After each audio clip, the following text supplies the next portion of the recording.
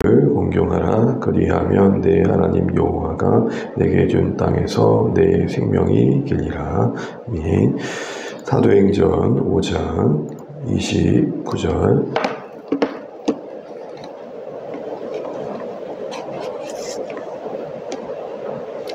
사도행전 5장 29절 이렇게 읽겠습니다. 베드로와 사도들이 대답하여 이르되 사람보다 하나님께 순종하는 것이 마땅하니라. 아멘.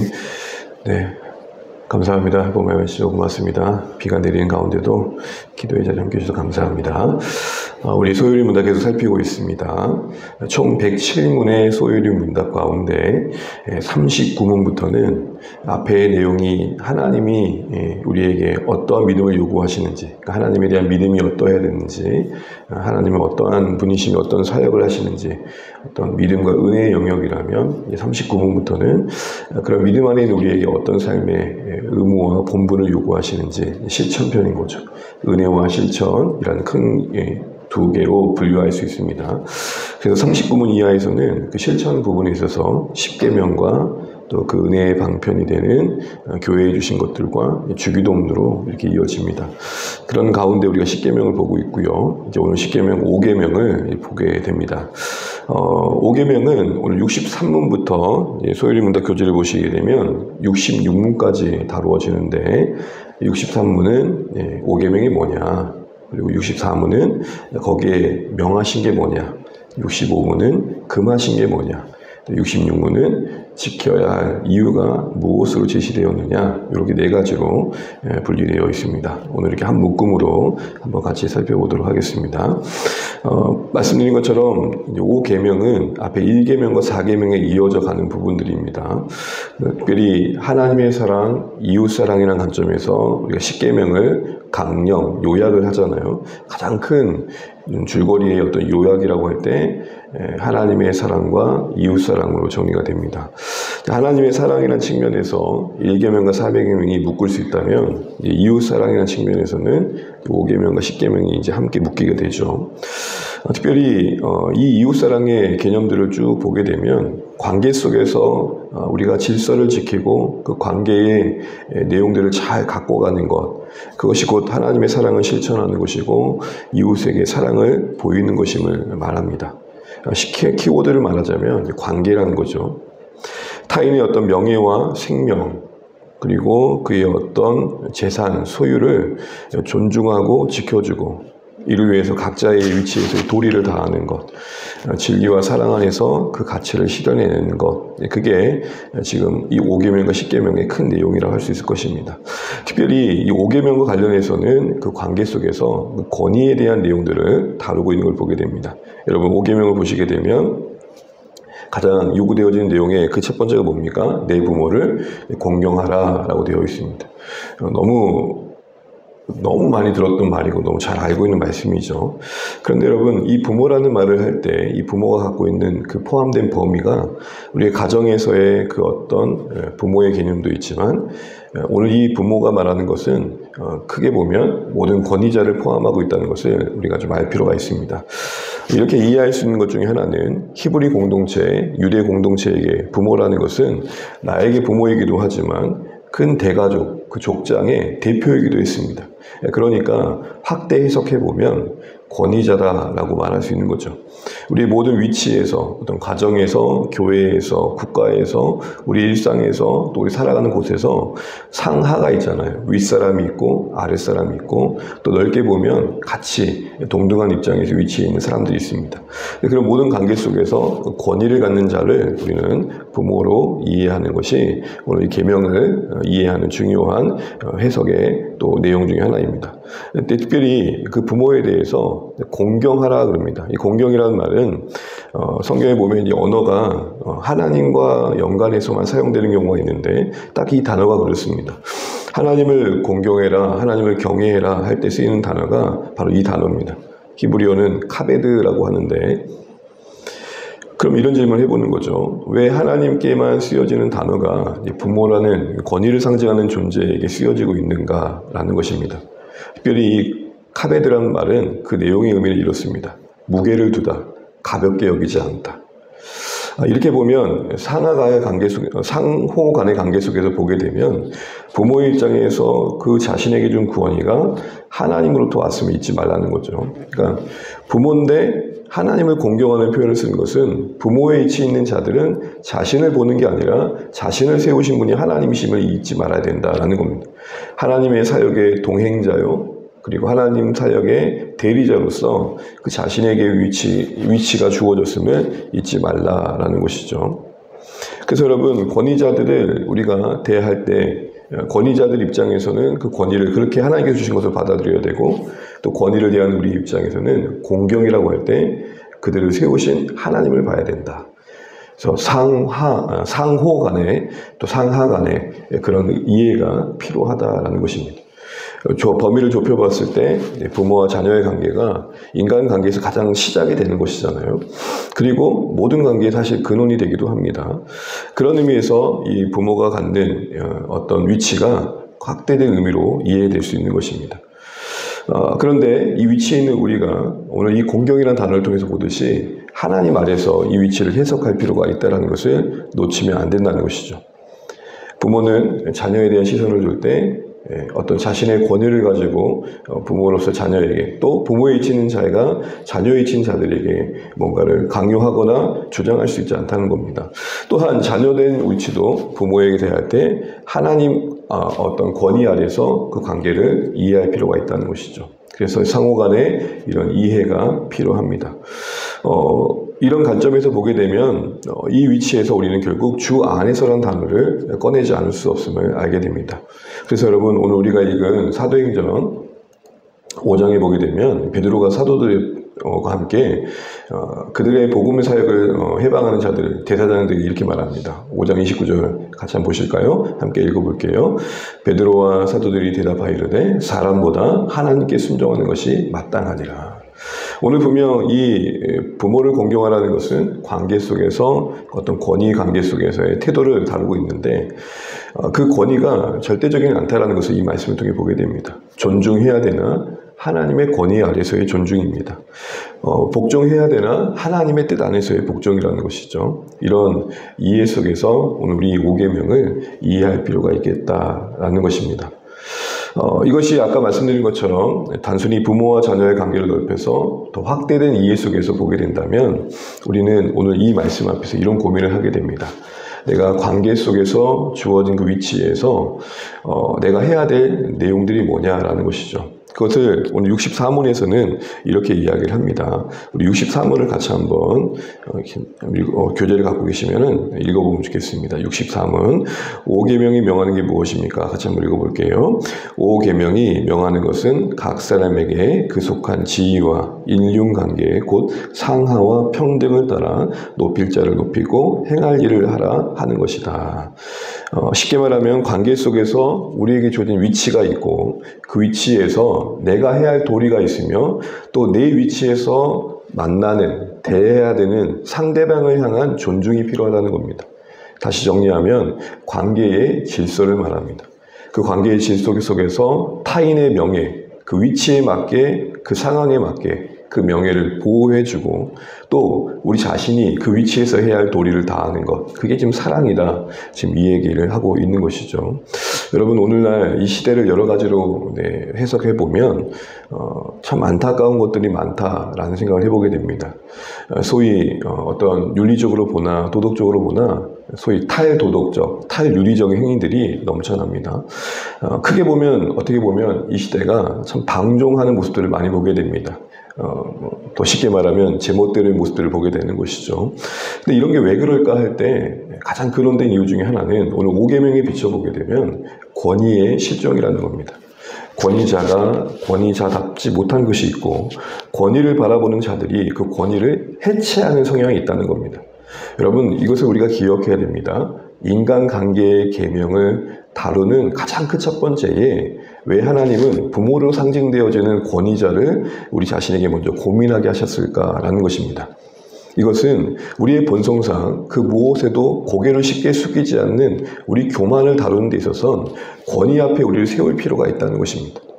우리가 어떤 틀 안에 있을 때에 또 어떤 위아래라는 관계 속에 있을 때에 그래도 우리는 우리 자신을 조금 더 추스릴 수 있는 환경이 주어진다라는 것입니다. 그래서 하나님은 우리의 이 교만한 본성을 다스리기 위해서 부모로 상징되어지는 권위 아래 우리를 두신다라는 것입니다.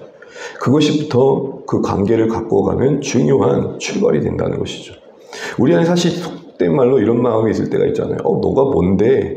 사실은 이게 그 자체로는 그 자신에게는 정당성이 있을지 모르지만 관계의 그 조화 속에서 보게 되면 그 생각이 그 관계를 파괴해가는 씨앗이 되더라는 것입니다. 속으로는 당신이 뭔데? 라고 말할 수 있겠지만 우리는 앞서 말씀드린 것처럼 하나님 안에서 그 관계를 해석해 갈 때 그런 생각을 부여할 수밖에 없는 어떤 부당함과 못마땅 속에서도 그 하나님이 그 부여하신 그 관계를 지켜가는 사랑의 삶을 살아갈 수 있는 시작이 마련되더라는 것입니다. 처음부터 참 존중하고 그럴만 하면 좋겠지만 그러지 않은 관계 속에서도 우리가 우리의 마땅한 도리, 신자로서 행해야 될 사랑의 실천을 하기 위해서 그 출발이 거기서부터 마련되어진다라는 것입니다. 사랑하는 주안의 가족 여러분, 모든 것이 어떻게 보면 방종을 따라가고 해체해가는 시대 속에서 우리는 모든 관계 속에 또 우리 중심으로 볼 때 부모요, 또 부모의 위치에 있다고 하는 여러 권위자들, 또 함께 해야 될 동등한 사람들 속에서 우리 이 생각을 잊지 말아야 됩니다. 그것이 무엇입니까? 그 관계 속에 내가 해야 할 도리가 있다. 그리고 내가 타인에 대해 지켜줘야 할 명예들이 있다는 것을 잊지 말아야 되는 겁니다. 그런 질서 속에서 하나님은 영광 받으시고 우리의 선행을 이루어 가신다라는 것입니다. 그것이 하나님께 영광 되어진다는 겁니다. 그래서 이러한 뜻을 뭐라고 담고 있냐면 그렇게 지킬 때에 주어진 유익으로 담고 있습니다. 우리 66문의 답을 읽고 마치겠습니다. 5계명이 지키려 한 이유가 뭡니까? 거기에 대한 이유로서 이야기된 내용들이 있죠. 같이 한번 읽어보겠습니다. 시작. 5계명에 지키려 한 이유는 이 계명을 지키는 모든 자에게 장수함과 흥황하는 복을 허락하심이니 다만 하나님께 영광을 돌리고 사람에게 이익이 있도록만 주시는 것이다. 말이 조금 어려운데 핵심을 말하면 이렇습니다. 내 부모를 공경하라. 그리하면 네가 네 생명이 길리라. 라고 할 때 이 내용을 여기서 풀어내고 있는데요. 생명이 길다는 것은 단순히 수명의 길이를 말하는 게 아닙니다. 복된 삶을 살 것이다. 행복한 삶을 살 것이다. 하나님 나라에서의 그 풍요함을 네가 나타나게 될 것이다.